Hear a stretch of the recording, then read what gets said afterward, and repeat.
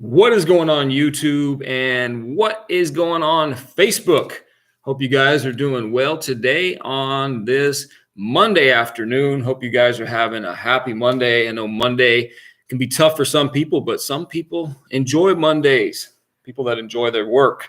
So I don't know if you're one that hates Monday or if you're one that enjoys Monday, but hopefully you're having a good day regardless. So anyway, we're going to get back into this again. We went over, this is a two-part series that I'm going over, and it was about pain, pleasure, and weight loss. What's going on, Robin? Hope you're doing well. So kind of the recap of the last one, when I talked a little bit on Friday about this, basically what I talked about was a little bit of when people know exactly what to do and they're not doing it, and the reason why they're not doing it.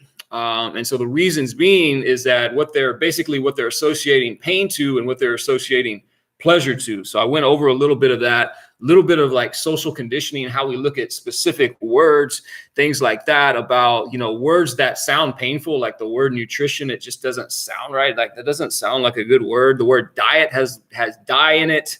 Like it doesn't sound right, but pleasurable words would be words like delicious and sweet, sweetie pie. We even call our we call our significant others words that have to do with like sweets and stuff. So it's just all this conditioning that's like social conditioning. So I went into all of that.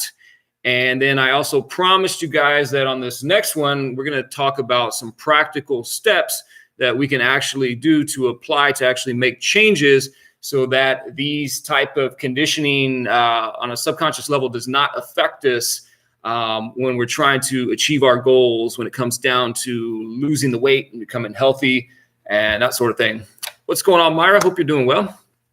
So let me go ahead and get into it. I mean, that was, like I said, that was the recap from last time. And now I want to go into the 4 steps of what we can actually do to fix the problem itself. What's holding us back when we know exactly what we should be doing? We're not doing it. What's holding us back? So the first step in this process would be the step I call awareness. Okay, we need to be aware that there's even a problem and what that problem is that's holding us back. Okay, aware of what's happening on a subconscious level. For that example that I gave last time, I gave an example of somebody that went through maybe a nasty divorce or something like that, and next thing you know, they're constantly like eating junk foods and eating the wrong foods.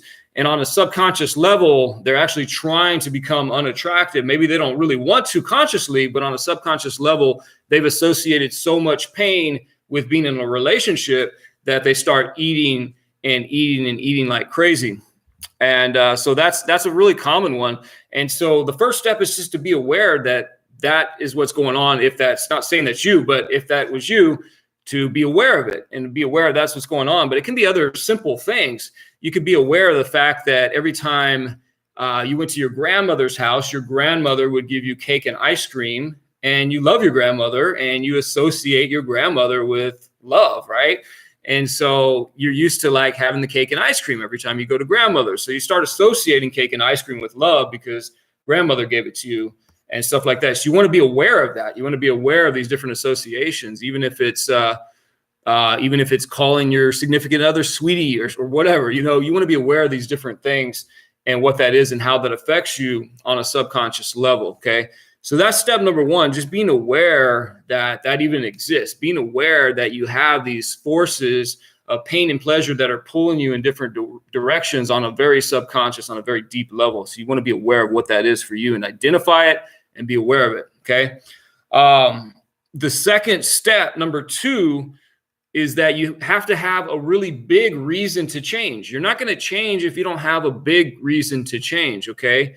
When we identify what that reason is, we're going to look at the 2 forces again. We're going to look at pain and we're going to look at pleasure. And when it comes down to it, pain is actually something that's a very positive thing. Pain is a very positive thing. If I was to go turn on my stove right now and I put my hand on the stove, like how fast am I going to move my hand off of that stove? Like if it's burning red hot, how fast am I going to move? I'm going to move in an instant. I'm going to move fast. Okay. And that's the power of pain. That's how powerful pain is. It's a survival mechanism. Okay. It's nothing negative at all about that. If I didn't feel pain, I could just keep my hand there and I would start burning right through my hand. I could just burn my hand completely up. So it's a survival mechanism. It helps me to survive and to move fast and to take action fast, and to do that. So pain is very positive. Okay. So when we're looking for the reasons that we need to change, we're going to look at pain and pleasure, and pain is going to be the thing that's going to drive us a lot faster than the pleasure is going to be. So it's a positive thing. So when we look at that reasons, what that reason are, it could be just not live as long, right? That could be a painful thing, not living as long, or not being able to see your grandkids get married, right? Things like that, or be constantly sick all the time, or you feel like crap all the time, or maybe it's you're in debt with medical bills, okay, because you're not taking action to take the weight off. All right. So you want to identify that, and you really want to go deep down and make it as painful as possible for yourself, and really think about what's really painful for not taking action towards your results. Okay. You want to identify that pain with not taking action. If I don't do anything about the condition that I am right now, I'm not going to see my grandkids get married. I'm not going to enjoy that quality of life. I'm going to miss out on that quality of life. And you want to dig deep when it comes down to it. And then also associate the pleasure with taking the action. Associate that pleasure with, if I go ahead and start this diet and I do it correctly and go through the results, I'm going to have more energy. I'm going to have more focus. I'm going to be more attractive to the opposite sex. I'm going to fit into that dress or them pants or whatever that is, male or female. I'm going to spend those quality time with my friends, my family, my loved ones, and really think of those positive things that are going to occur if you do take action. Okay. And you really want to identify what that is. So you want to identify those reasons those main reasons for change. And typically pain is going to be what's going to push you forward faster. What's up, Ralph? Hope you're doing well, man. So yeah, pain is definitely powerful, and you want to be very honest, and you also want to quit lying to yourself. I know a lot of us, we all do that. I'm very guilty of it myself, is that we lie to ourselves and we tell ourselves that it's not that bad, if I keep doing the same habits that I'm doing and keep eating the same way that I'm doing, it's just not that bad. But we really have to wake ourselves up, and we have to be honest with ourselves and really be honest and lay out that pain, because that's what's going to move us forward. And that way we can make the change. And it's going to be a positive thing that's really going to impact our lives in a very positive way. What's up, Grace? Hope you're doing well. So very important. Okay. Identify your pain, identify your pleasure, and you have to have a really big reason to change. If you don't have that big reason to change, you're not going to have that leverage. You're not going to push yourself forward, and nothing's going to happen. And you're going to stay stuck where you're at for the rest of your life, basically. Okay. So step number 3 is to basically, you want to interrupt your old patterns. Okay. Basically what I mean by patterns is it's something that we do like habitually on a day-to-day basis, right? So if your old pattern is going to the fridge and grabbing some Oreos when you're bored, right? And you do that when you're bored, and you do that automatically, and you just automatically do that. It's just a pattern for you. If that's an old pattern, then you have to somehow interrupt that pattern. You somehow have to break that pattern. If we think of analogy like a CD or a record or something like the old devices we used to use to play music on, it's like scratching the hell out of it and just destroying that old song that was playing. And so you have to destroy that old song that's playing in your head that's telling you to go grab the Oreos, basically, is the metaphor that I would use for that. And so you got to do something kind of different whenever you break old patterns. So if you were like bored and you were going to go grab the Oreos, you could do something like just start laughing out loud, like just crazy laughter, like force yourself to actually do that.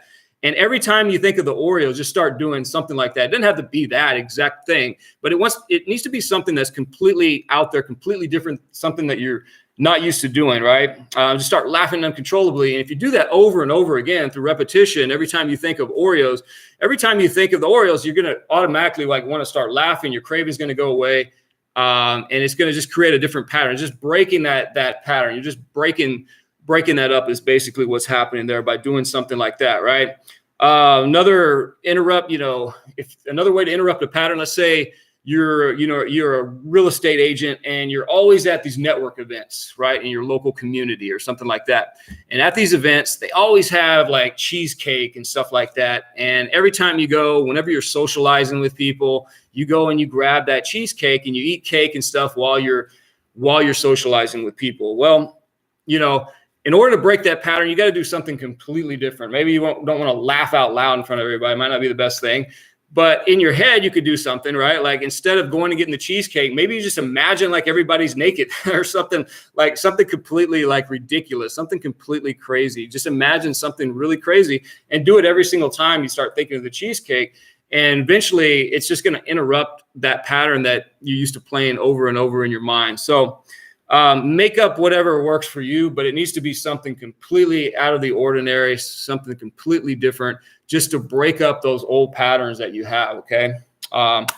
So that's number 3. You want to interrupt the old pattern. You want to break up your old patterns that you have in your life, your old habits. Okay. Number 4 is that you want to actually create new beliefs on a very subconscious level. Okay. And the way to create new beliefs, there's two things that are going on that you want to do. You want to use really strong emotion and repetition. Those are the two forces that can really create strong beliefs. So if you guys are old enough to remember September 11th, 2001, if any of you remember that, if you're old enough to remember that date, you probably remember exactly where you were. I know I remember exactly where I was on that date. I remember who called me, who told me about the fact that New York City was being hit by planes and that sort of thing. I remember that exact date and exactly why that happened. Okay. But if somebody was to ask me, do you remember what happened on October the 21st of 2001? I could not remember. And the reason for that is the fact that on September the 11th, there was a lot of emotions that day. There was things like fear and anger, sadness, and there are very strong emotions that occurred on that day because of the event that took place in our country. And so that's the whole reason why we remembered, because of the fact that there's strong emotions. And strong emotions have that impact on our subconscious mind, whether it's a positive emotions or negative emotions. As long as those emotions are really strong, it's going to be something that's going to impact us. That's where things like trauma come from. People get traumatized. They're in a car wreck or something like that. Strong emotional event happens and it changes people subconsciously. Okay. So that's why we remember dates like September 11th, but we don't remember, the October 21st and what happened on that date. That's exactly why that is. And so a way that you can actually create these new beliefs is that you can write down statements of who you want to become. Okay, you write down these statements. You can write down statements or affirmations. You could say things like, I enjoy my new eating habits because I feel amazing. Write that down. If that's what you want to do, write that down. Write down, I enjoy the way I feel at my new weight. Write that weight down, at 175 pounds, if that's what that is. I enjoy the way I feel at my new weight of 175 pounds, things like that. Write down, I'm strong, I'm lean. Write these things down. Write down a list of like 10, 12, different statements or different affirmations, right?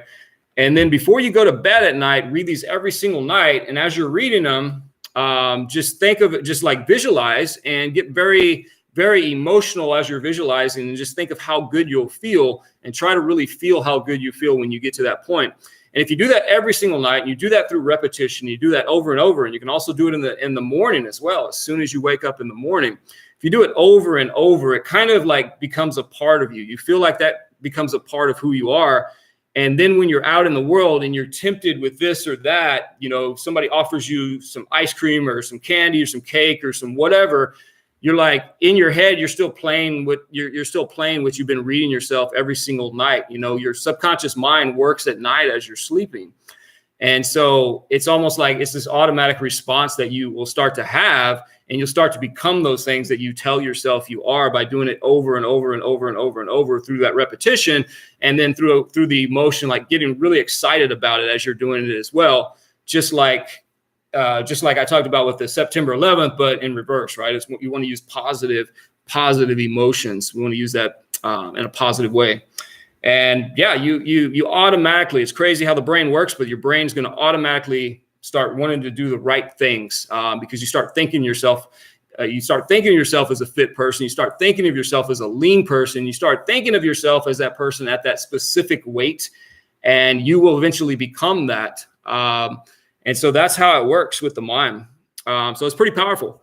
So that's it. You know, the 4 steps is number 1 was awareness, just basically being aware that you have some kind of belief that's just throwing you off from achieving your goals, you know, whatever that is.